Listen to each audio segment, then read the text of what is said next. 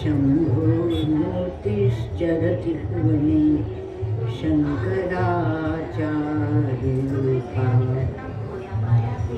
श्रुति स्मृति पुराणानाम् आलयं करुणालयं नमामि भगवत्पादं शंकरं लोकशंकरं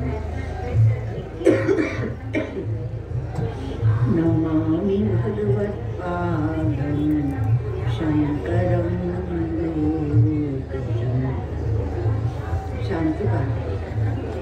ओम भद्रं कर्णेभिः शृणुयामदेवा भद्रं पश्येमाक्षभिर्यजत्राः स्थिरैरङ्गैस्तुष्टुवां सस्तनूभिः व्यसेमहि देवहितं यदायुः स्वस्ति न इन्द्रो वृद्धश्रवाः स्वस्ति न पूषा विश्ववेदाः स्वस्ति नस्तार्क्ष्यो अरिष्टनेमिः स्वस्ति बृहस्पतिर्दधातु।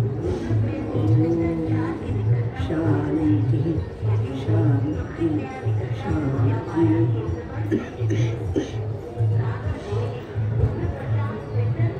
प्रज्ञानांशुप्रतानैः स्थिरजडनिकर व्यापिभिर्व्याप्य लोकान् भुक्त्वा भोगान् स्थविष्ठान् पुनरपि तुष्णोति भासितान् कामजन्यान् पीत्वा सर्वान् विशेषान् स्वपिति मधुरं मायया भोजयन्नो माया संख्या तुरीयं परममृतं भजं ब्रह्म यत्तन्नतोऽस्मि। यो विश्वात्मा विधिज विषयान् प्राश्य भोगान् स्थविष्ठान् पश्चाच्चान्यान् समुद्रभवान् ज्योतिषा स्वेन सुषान् सर्वानेतान् पुनरपि शनैः स्वात्मनि स्थापयित्वा हित्वा सर्वान् विशेषान् दिवतो गणः आपशो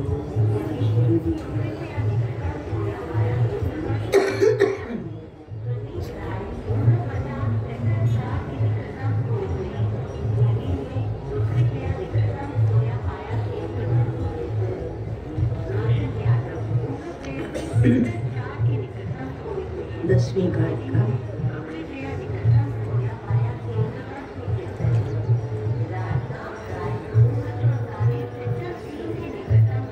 संघाता स्वप्नवत् सर्वे आत्ममाया विसर्जिताः आधिक्ये सर्वसाम्ये वा मोपपत्तिर्विद्यते रसादयो हि कोशा व्याख्यातास्तैतिरीयके तेषामात्मा परो जीवः खलु यथा सम्प्रकाशितः द्वयोर्द्वयोर्मधुज्ञाने परं ब्रह्म प्रकाशितं पृथिव्यां चैव यथाकाशः प्रकाशितः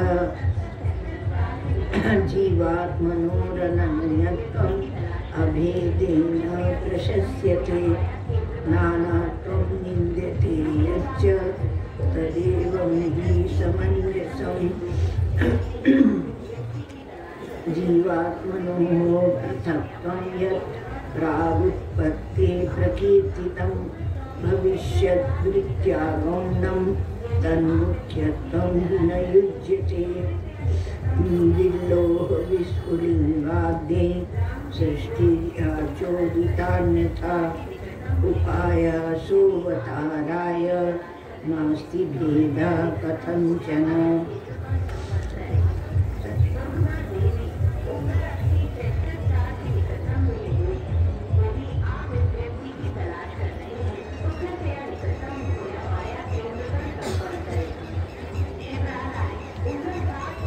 कुदृष्टि और जो कुदृष्टि है वो सरल नहीं है। इसकी बात को से फिर हम लोग आगे बढ़ते हैं। तो उसमें कहते हैं 14वीं कारिका में कि जो जीव और आत्मा, आत्मा अर्थात यहाँ पर ब्रह्म ले लेना, तो जीव और आत्मा का जो भेद है यह वास्तविक नहीं है, यह गौण है। तो दृष्टि तो हमारी वहाँ रुकनी चाहिए कि जहाँ की हमारी दृष्टि में परिवर्तन न हो। तो जीवात्मनो पृथक्त्वम् यत्, जीव और आत्मा की पृथकता का जो उत्पत्ति, पहले जो उत्पत्ति का ज्ञान कराने वाली जो श्रुतियाँ हैं उनके द्वारा जो परमात्मा और जीव का पृथक्त्व का निरूपण किया है वह भविष्य वृत्त्या गौणम, भविष्य दृष्टि से गौण है। भविष्य वृत्ति अर्थात आगे चल के क्या आने वाला है जो उसका, क्योंकि यहाँ तो प्रक्रिया ही अध्यारोप अपवाद की है। यदि अध्यारोप अपवाद की प्रक्रिया को आप समझ लेते हैं तब आप वेदांत की गूढ़ता गंभीरता को समझ लेते हैं। वेदांत में क्या प्रक्रिया है? तो कहा कि वो अवस्थात्रय विवेक, पंचकोश विवेक, वो सब प्रक्रियाएं गौण है। आगे चल के अध्यारोप अपवाद, अध्यारोप अपवादाभ्याम निष्प्रपंचम प्रपंचते। तो जहाँ अध्यारोप होता है वहीं नहीं अटकना है, वहाँ मत अटक जाइए। तो यह इसमें कहा तो भविष्य वृत्तिया से, भविष्य की वृत्ति से वह गौण है। मुख्य वृत्ति यह है कि आपको एकत्व बताया जाए। अब जड़ और चेतन अलग अलग हम लोग देखते हैं, और आत्मा अलग अलग है वो भी हम लोग देखते हैं। आत्मा जो भी हम व्यवहार करने वाले हैं तो वो देखते हैं। परमात्मा हमसे अलग है ये भी हम देखते हैं। तो इस प्रकार से जब भेद करते हैं तो भेद का पृथक्त्वम्, भेद का कहीं ठिकाना नहीं। आप भेद बनाते जाइए, जड़ जड़ में भेद बना लो, जीव जीव में जो जड़ वस्तु दिखती है जीव जीव में भेद बनाओ, और जीव और जड़ में भेद बनाओ, और जीव और ईश्वर में भेद बनाओ, और ईश्वर और जड़ में भेद बनाओ।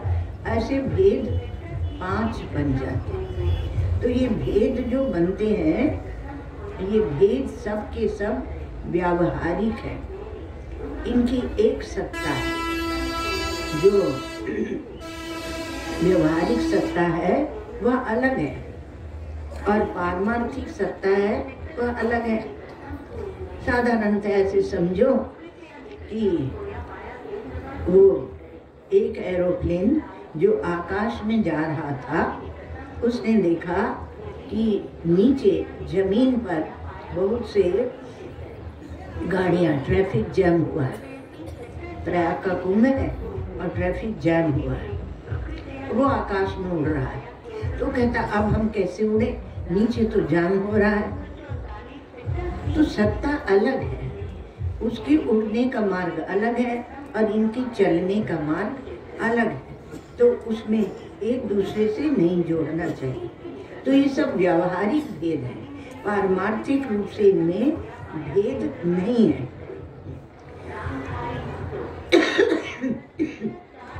विज्ञान में जो भेद बनते हैं, विज्ञान क्या होता है? विज्ञान ये होता है कि एक वस्तु को अनेक में दिखाना, उसे कहते हैं विज्ञान। और एक वस्तु को में अनेकता में एक को दिखाना, उसे कहते हैं हमारा वेदांत या परमार्थ कहो, वेदांत कहो, तो जो वो बोलता है कि ये भेद है, ये भेद है, तो तुम वेदांतियों, तुम क्या विज्ञान के भेद को नहीं मानते? वो जड़ चेतन का भेद बताते हैं।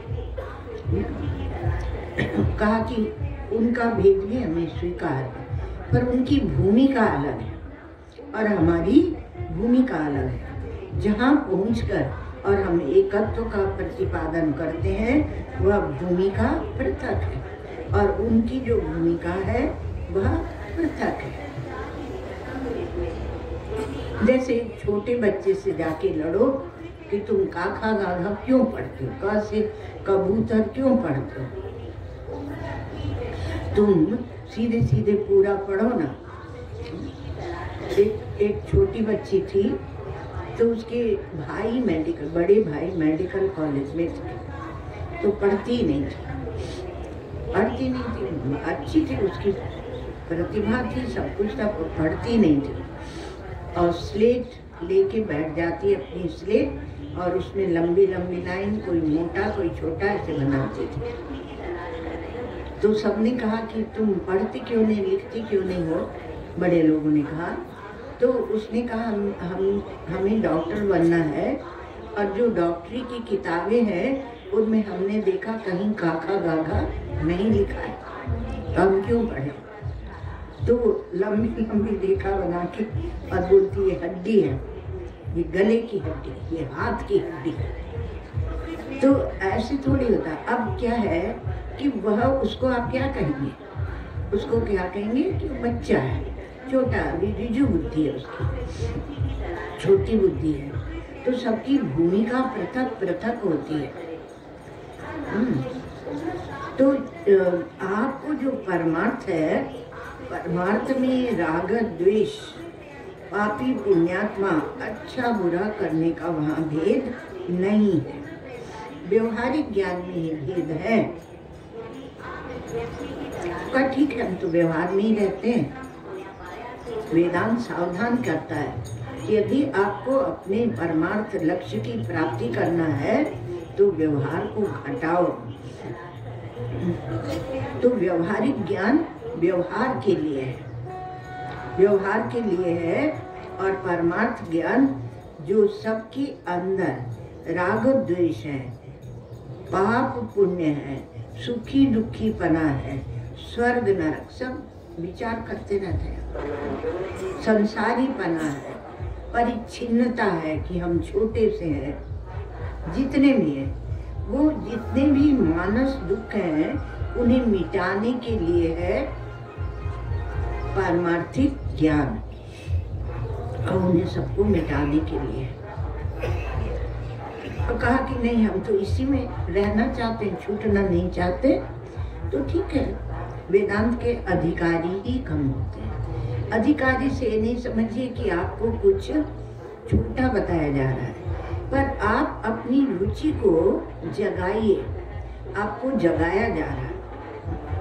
अधिकारित्व जब बताते हैं तो आपको जगाते, और आप अपने को जगा सकते हैं क्योंकि चेतन है आप। तो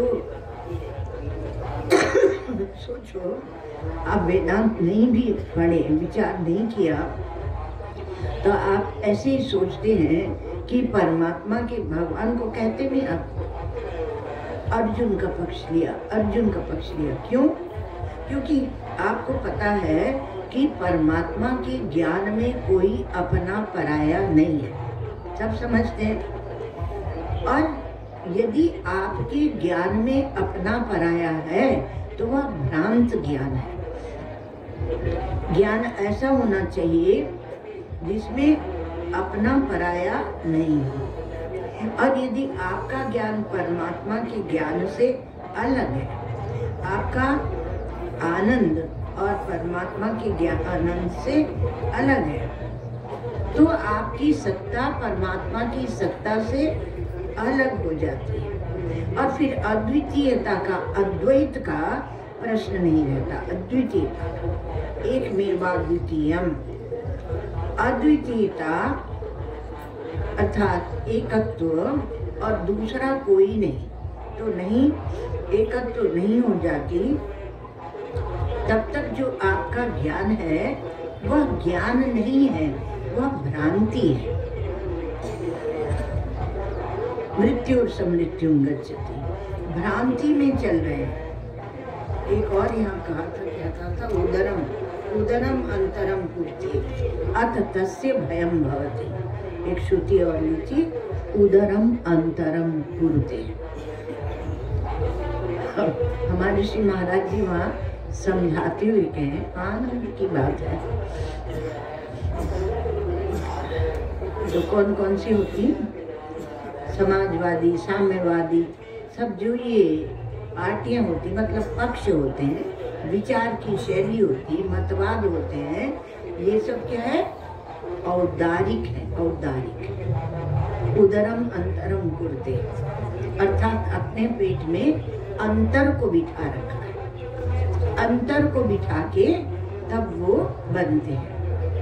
तुमने ऊंचा नीचा उसको लेके एक पार्टी बना दी, गोरा काला उसको लेके एक पार्टी बना दी, और कहा हमारे मत में आ जाओ, हमारे पक्ष में आ जाओ। छोटा बड़ा उसको लेके पार्टी बना दी। ये ब्राह्मणवाद फैलाते, उसको लेके एक पार्टी बना दी, झंडा उठाओ, विरोध करो, और कहेंगे हम साम्यवादी हैं। आप साम्य क्या होता है वो समझते ही नहीं है, समता क्या है उसको समझते ही नहीं है। तो आपने अपनी दृष्टि ईश्वर से नहीं मिलाई, परमात्मा से नहीं मिलाई।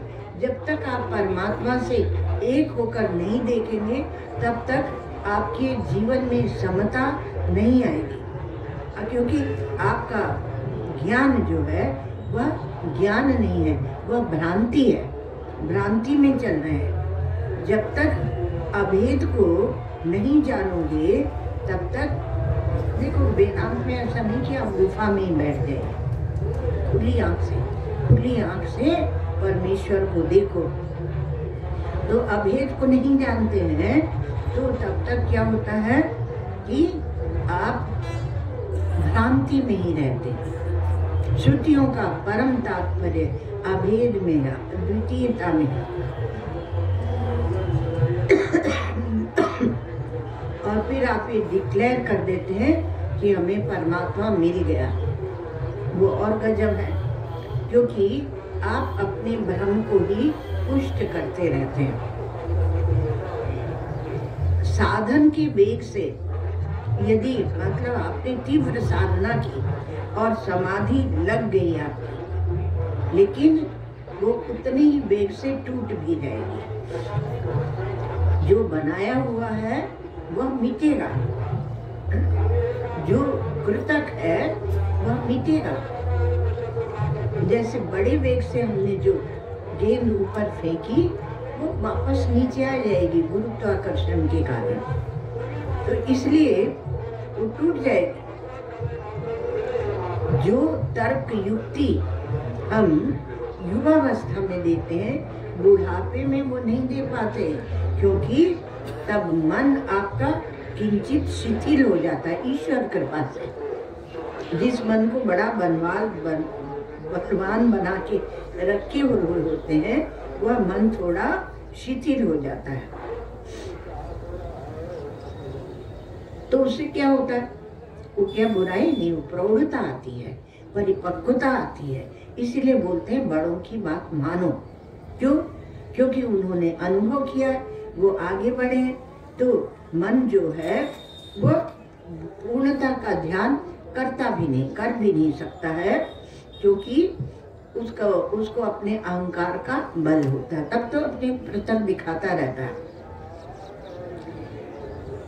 और जो बिल्कुल अशुद्ध अज्ञात पदार्थ हैं, उन पदार्थों के विचार में, उनके संबंध में बुद्धि की भी गति नहीं होती है।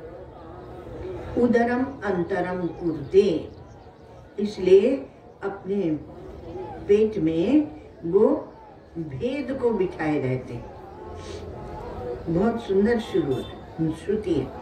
उदरम अंतरम कुर्ते अथ तस्य भयम भवति, वो भय में ही जीवन जिता देता। आज के मनोवैज्ञानिक भी ये कहते हैं, विचार करके, विश्लेषण करके, कि दो वृत्तियों को लेकर जीवन बिताया जाता है।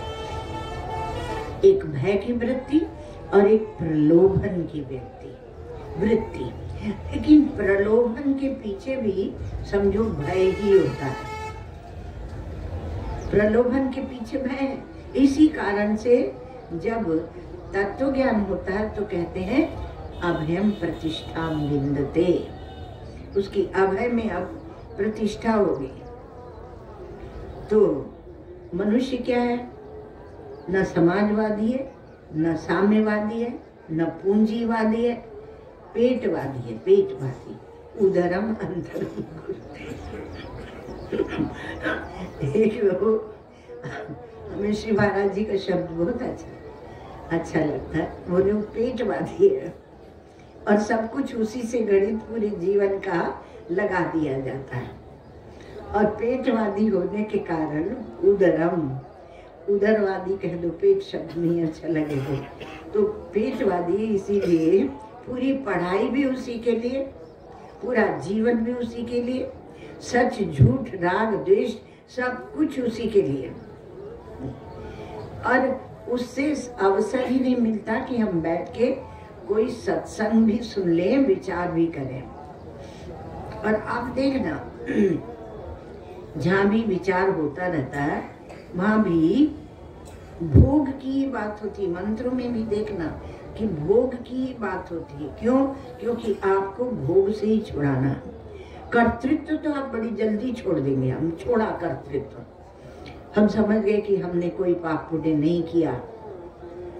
आप बुद्धि के बल से, मन के बल से, अपने अहंकार के बल से छोड़ देंगे। लेकिन भोक्तृत्व, जो साधु हो गए होंगे, ब्रह्म विचार करते हैं, लेकिन क्या है का खीर खाते हैं तब ब्रह्मानंद आता है। खीर एक उपलक्षण है।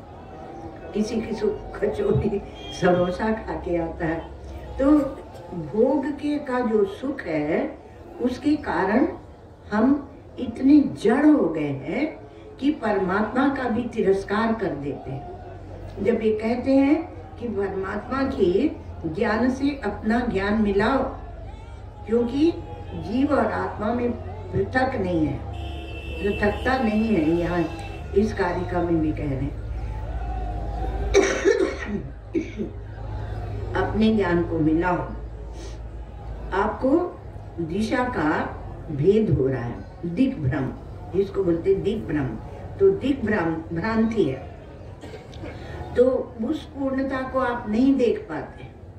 पूर्णता को नहीं देख पाके वहाँ पर भूत, भविष्य, वर्तमान इसको अपनी बुद्धि में चिपकाए रखते हैं। कुछ भी सोचेंगे तो या तो भूत का सोचेंगे जिसको स्मृति कह देंगे, भविष्य का सोचेंगे तो उसे कहेंगे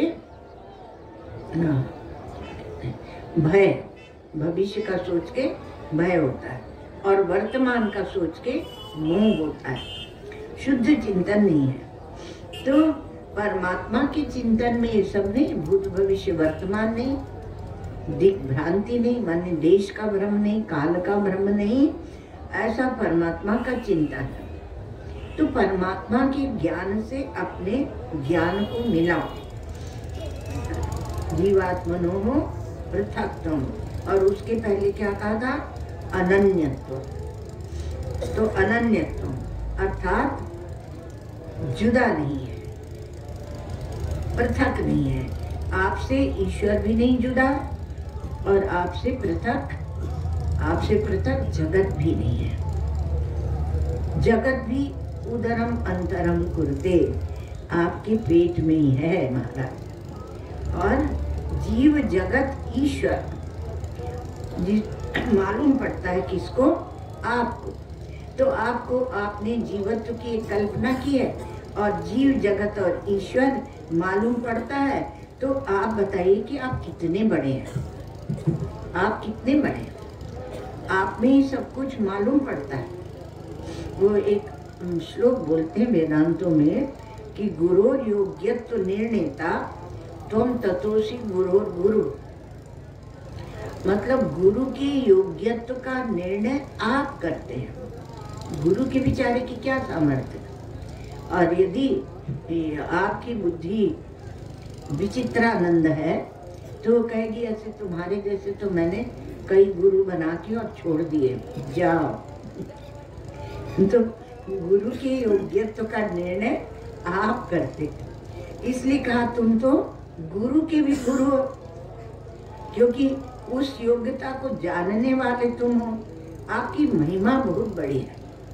और ईश्वर अस्तित्व निर्णेता तम ततोसी महेश्वरा, और ईश्वर के अस्तित्व का भी निर्णय करने वाले आप महेश्वर हैं। तात्पर्य क्या बोल रहे हैं कि आपकी नजर, जो दृष्टि की बात आप लोग पूछते रहते हैं, वो नजर है। नजरिया क्या है? आपकी नजर इतनी बड़ी है कि जिसमें ईश्वर भी समा जाता है। ये आपकी दृष्टि, आपकी वह शुद्ध बुद्धि इतनी बड़ी है। केवल क्या है कि आप जानते नहीं कि आपको इतनी बड़ी दृष्टि मिली हुई, बुद्धि मिली हुई है। तो जब आप समझने लगते हैं तो ग्रहण और त्याग ये स्वयं ही होता है ना? आत्मा ब्रह्म है। यह ज्ञान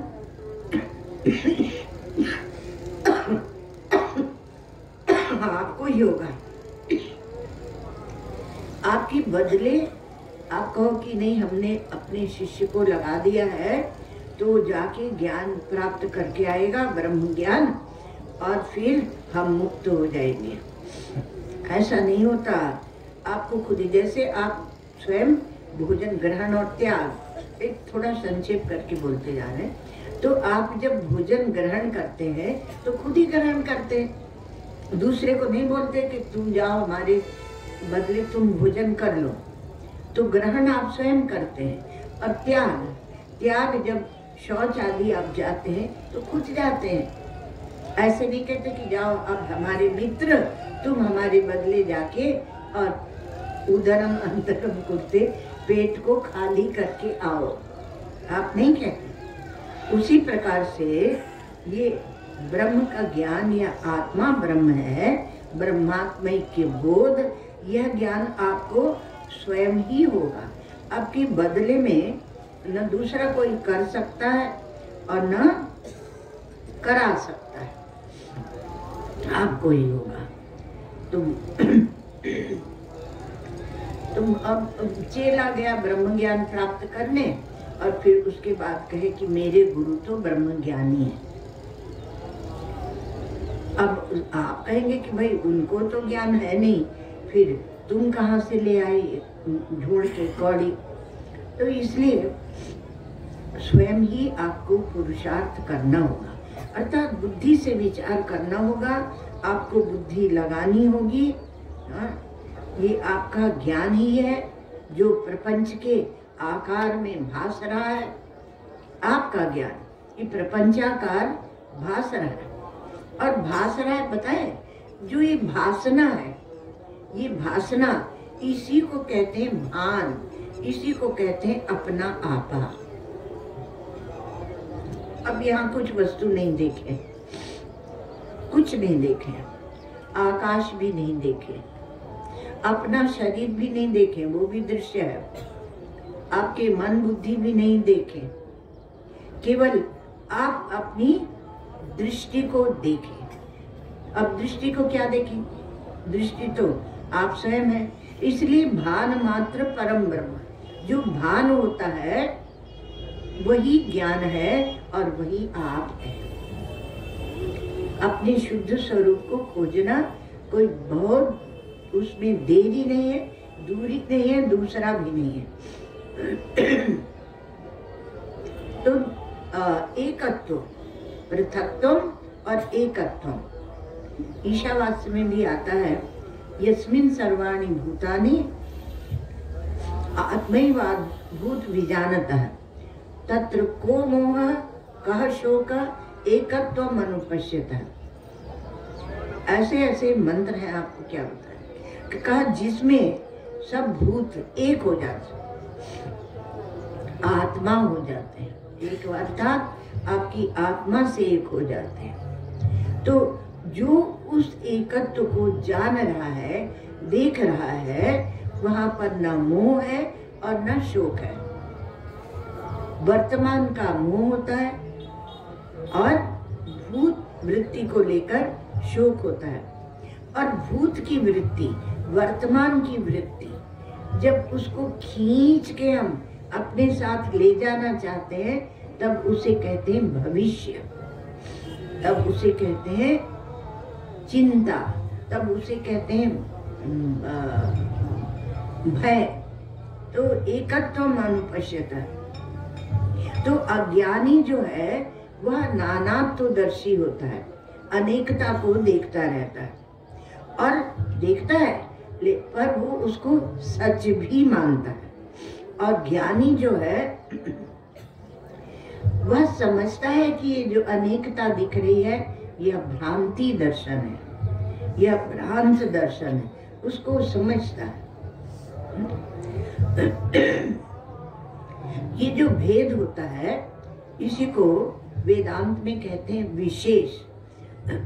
विशेष विशेष को देखना। और निर्विशेष, निर्विशेष अर्थात जिसमें विशेष विशेष विशेष, व्यक्ति व्यक्ति व्यक्ति, पृथक पृथक पृथक ये नहीं है, तो उसको बोलते हैं निर्विशेष या निर्भेद। जैसे कि आप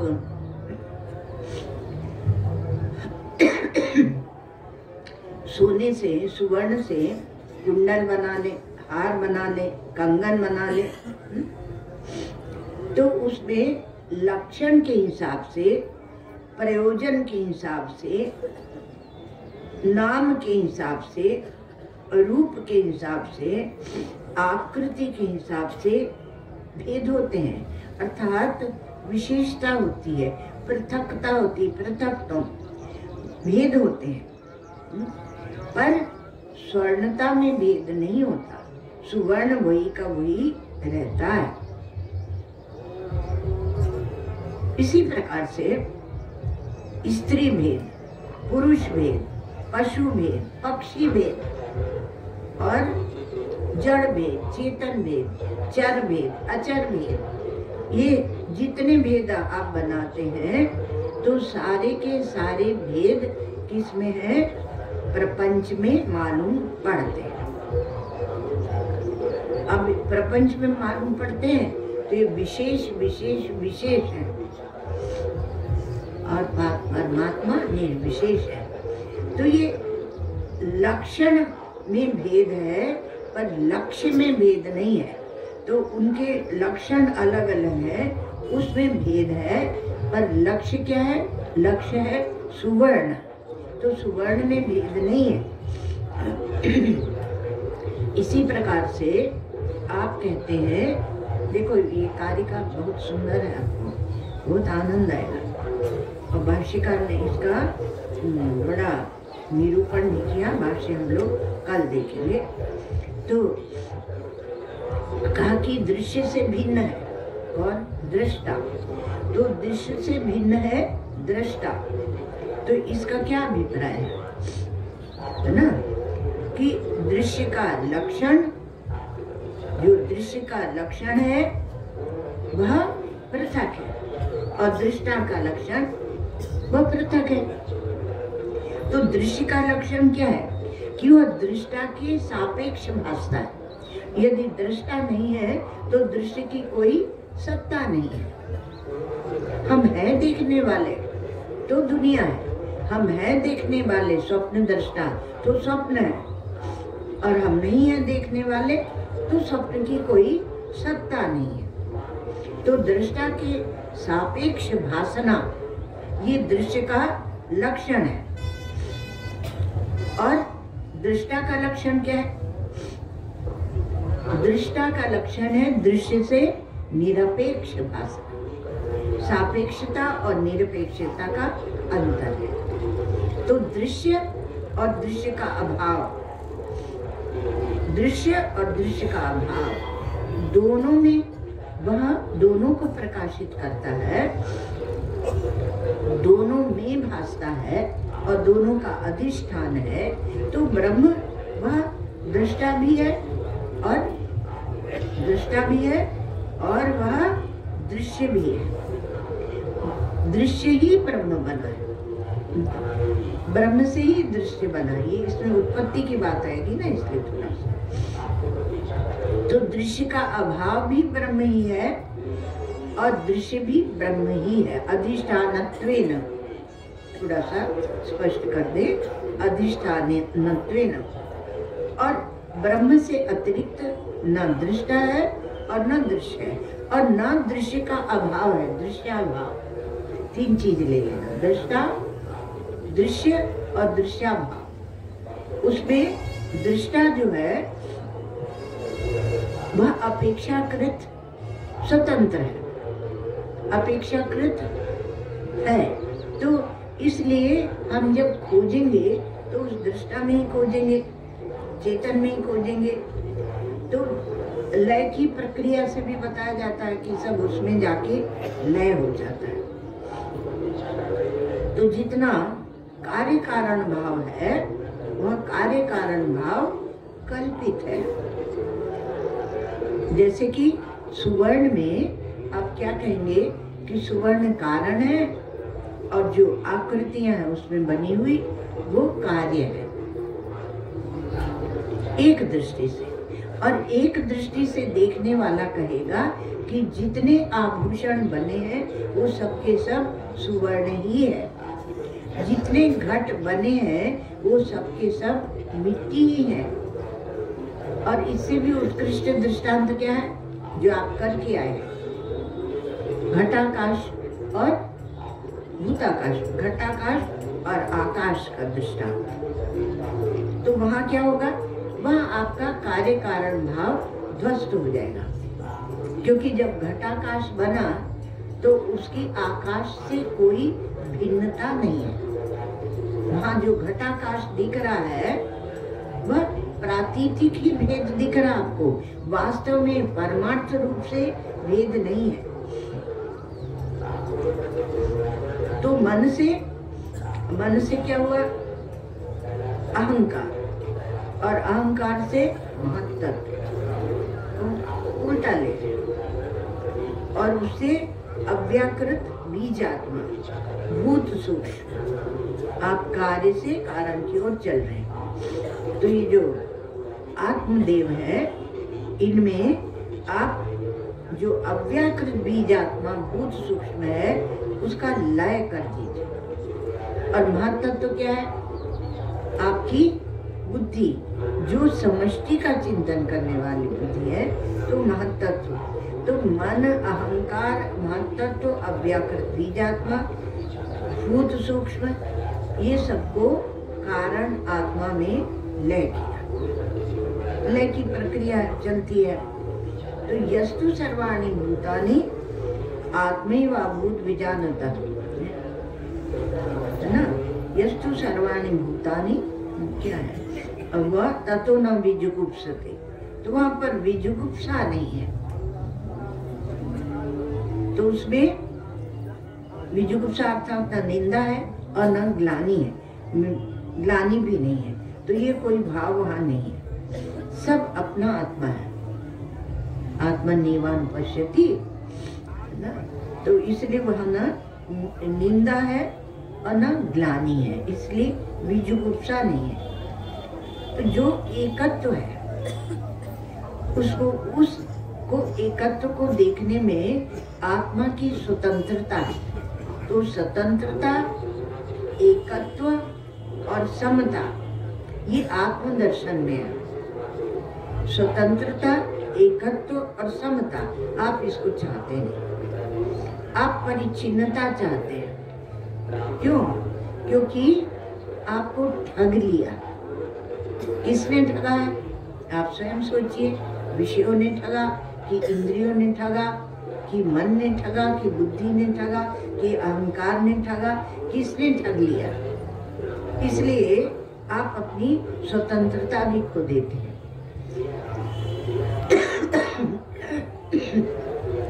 एकत्व और समत्व आत्मदर्शन के साथ खो देते हैं। तो ऐसी बहुत विचित्र स्थिति है। और अब तो ऐसा है, वो भूतेषु भूतेषु विचित्र धीरा, तो ऐसी बहुत विचित्र स्थिति है क्योंकि सत्य को हम जानते नहीं और जानना भी नहीं चाहते और भ्रांति में ही जीवन बिता देते हैं। ये एकत्व आत्मदर्शन इतना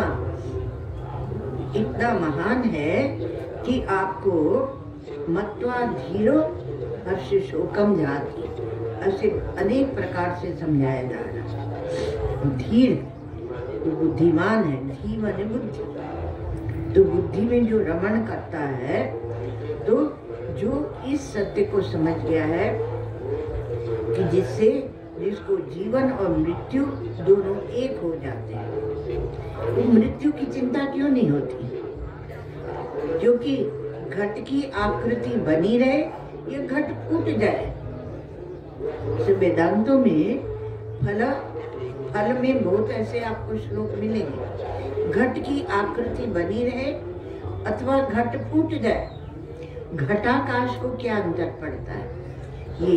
ये अभय पद, यह स्वतंत्रता, यह आपको प्राप्त होती है। उस चेतन को, उस ब्रह्मत्व को जान लेने से आपको यह स्वतंत्रता प्राप्त होती है। क्योंकि अगर ब्रह्मांड को लेकर आप चलेंगे तो उसमें भी आजकल तो युद्ध चलता है, तो घड़ा फूट जाए पर माटी तो माटी ही रहेगी। जो तत्वदर्शी है वो जानता है कि ये माटी है, तो माटी रहेगी।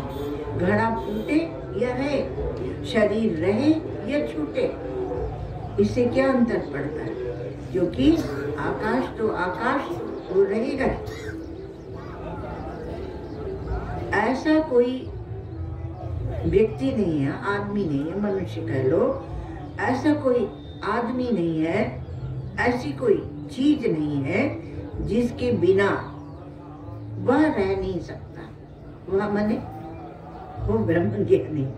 लेकिन हम ये कहते हैं कि ऐसा कोई आदमी नहीं है, ऐसी कोई चीज नहीं है, ऐसा कोई देश नहीं है, ऐसा कोई विषय जिसके बिना आप रह नहीं सकते।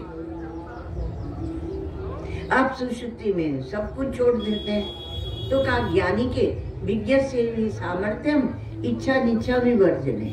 वो तो विज्ञ ज्ञानी की सामर्थ्य है, आपकी सामर्थ्य। आप अपनी केवल दृष्टि को उधर घुमाइए, दृष्टि मिलाइए, दृष्टि अपनी ईश्वर से मिलाइए। आप ऐसा नहीं कि इसके बिना हम रह नहीं सकते, सबके बिना आप रह सकते हैं। सबसे बड़ा जो है उसका निवास स्थान, सबसे जो महान है, महतो महियान, उसका निवास स्थान आपका हृदय है। आपके हृदय में वह निवास करता है। तो उसको छोड़कर और आप किसको देखने जाते हैं? उसके बिना आप रह नहीं सकते, पर उसका आपने तिरस्कार कर दिया। तो किम तेन न कृतम पापम चौरेण आत्मापहारिणा, ऐसे जो आत्मा का अपहरण कर देते हैं वो चोर है। और जो अपने हृदय में विराजमान उस परम तत्व को जान लेता है, परम तत्व को जान लेता है, उसका क्या होता है? कहा कि वो सभी जितनी भी कामनाएं हैं संसार में, जहाँ तक आप दौड़ा सकते हैं, उसको एक साथ भोग लेता है। वो महाभोगी हो जाता है, क्योंकि भोग को लेकर चलता है। सारी बातें भोग को लेकर ही चलती हैं। तो इसलिए कहा यो वेद नीतम गुहायाम परमे व्योमन सो अश्नुते सर्वान कामान सब। तो सब कुछ हो, इस सह बने सहवान जो मंत्र में कहा गया कि संपूर्ण एक साथ संपूर्ण विश्व के भोगों को वह भोग लेता है, इतनी बड़ी उसकी सामर्थ्य हो, वो महाभोक्ता है और वो महा करता है। तो यक्षन क्रीडन रममाणः छांदोग्य यक्षन यक्षत क्रीडन रममाणः स्त्रीभिर्वा यानैर्वा वयस्यैर्वा ज्ञातिभिर्वा नोपजनम स्मरन इदं शरीरम। वो कहीं भी रहे, कैसे भी रहे, उसको छूट है। ये तो बहुत अच्छी लगती बात, इसको हम लोग मान लेते हैं। अब आपको थोड़ा भाष्य और उसका निरूपण कल करेंगे। ओम सर्वे भवन्तु सुखिनः, सर्वे सन्तु निरामयाः, सर्वे भद्राणि पश्यन्तु, मा कश्चित् दुःखभाग् भवेत्। असतो मा सद्गमय, तमसो मा ज्योतिर्गमय, मृत्योर्मामृतं गमय। पूर्णमदः पूर्णमिदं पूर्णात् पूर्णमुदच्यते, पूर्णस्य पूर्णमादाय पूर्णमेवावशिष्यते। ॐ शान्ति शान्ति शान्तिः।